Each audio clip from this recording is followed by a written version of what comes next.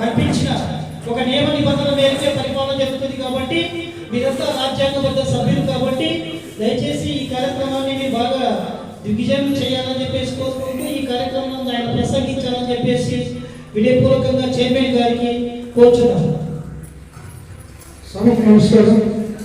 గౌరవనీయులు ఎంపీడీ గారికి మరి ఇక్కడ ఉన్నటువంటి గ్రామ పంచాయతీ సెక్రటరీస్, ఏపీఓకు, ఏపీఎంకు, అలాగే ఇక్కడ తెలుగు సభ్యులకు, ఉపాధి హామీ సభ్యులకు, ఆడవాళ్ళ స్టాఫ్కు అందరికీ కూడా పేరు పేరున నమస్కరించుకుంటూ ముఖ్యంగా మనం గ్రామ పంచాయతీలో ఏ విధమైనటువంటి అభివృద్ధి చెందాలి, ఆ చెందడానికి చేసుకోవాల్సినటువంటి ప్రణాళికబద్ధంగా మనకు 29 శాఖలకు సంబంధించిన అనుసంధానం ప్రతి గ్రామ పంచాయతీ కూడా చేయడం జరుగుతుంది.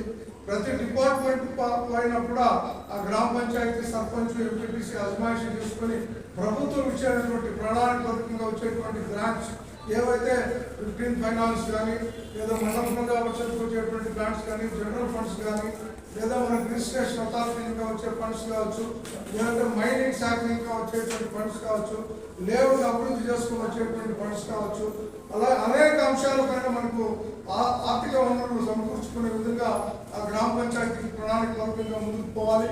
పోయినప్పుడే ఆ గ్రామంలో ఆర్థిక అభివృద్ధి అనేది అభివృద్ధితో ఆర్థిక అభివృద్ధి కూడా ముందుకు వచ్చేదానికి అవకాశం ఉంటుంది. కాబట్టి విద్యా విధానం కావచ్చు, వైద్య విధానాలు కావచ్చు, వ్యవసాయ రంగం కావచ్చు, ఇండస్ట్రీ పరంగా కావచ్చు, ఇలా అనేక రంగాల్లో మనము తలదూర్చి మనకు ఉండేటువంటి డౌట్స్ అంతా కూడా ముందుకి పెద్దలు చెప్తారు. ఇప్పుడు ఆ డౌట్స్ అంతా కూడా క్లారిఫై చేసుకొని ఆ పంచాయతీని ఏ విధంగా అభివృద్ధి చేయాలి అనే దానిపైన ముందుకు వెళ్ళాలని చెప్పి కూడా సభ్యులందరినీ కోరుతున్నాను. అలాగే గ్రామ పంచాయతీ సెక్రటరీస్ కావచ్చు, ఉపాధి హామీ సిబ్బంది కావచ్చు, వెలుగు మీ తోడ్పాటు ఏ విధంగా గ్రామ పంచాయతీలో ఉంటుంది, మీరు ఏ విధంగా ఆ పంచాయతీకి సహకరించగలరు అనేది కూడా వారు చెప్తారు. ఇప్పుడే మనము ఉపాధి హామీ తీసుకున్నట్లయితే గ్రామీణ ప్రాంతంలో ఉపాధి కూలీల ద్వారా కల్పిస్తున్నాము.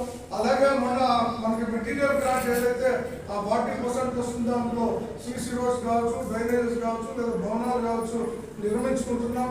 అలాగే వెలుగు సిబ్బంది ద్వారా మనం పాల సంఘాలు ఏర్పాటు చేసుకోవడం, వాళ్ళు ఇచ్చేటువంటి డబ్బుల్ని ఆర్థికంగా అక్క చెల్లెములు అభివృద్ధి చేసుకోవడానికి ఉపయోగపడే విధంగా కూడా ప్రణాళికలు చేసుకోవడం, ఇలా అనేక అంశాలపైన మనమందరము కూడా సమీకృతంగా అందరూ ఐక్యంగా ముందుకు వెళ్ళాలి. వెళ్ళినప్పుడే ఆ గ్రామం అభివృద్ధి చెందుతుంది.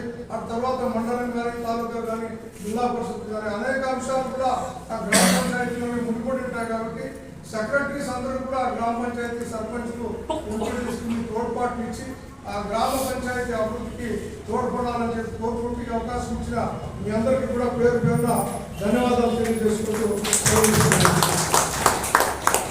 Thank you, sir. Your valuable suggestions.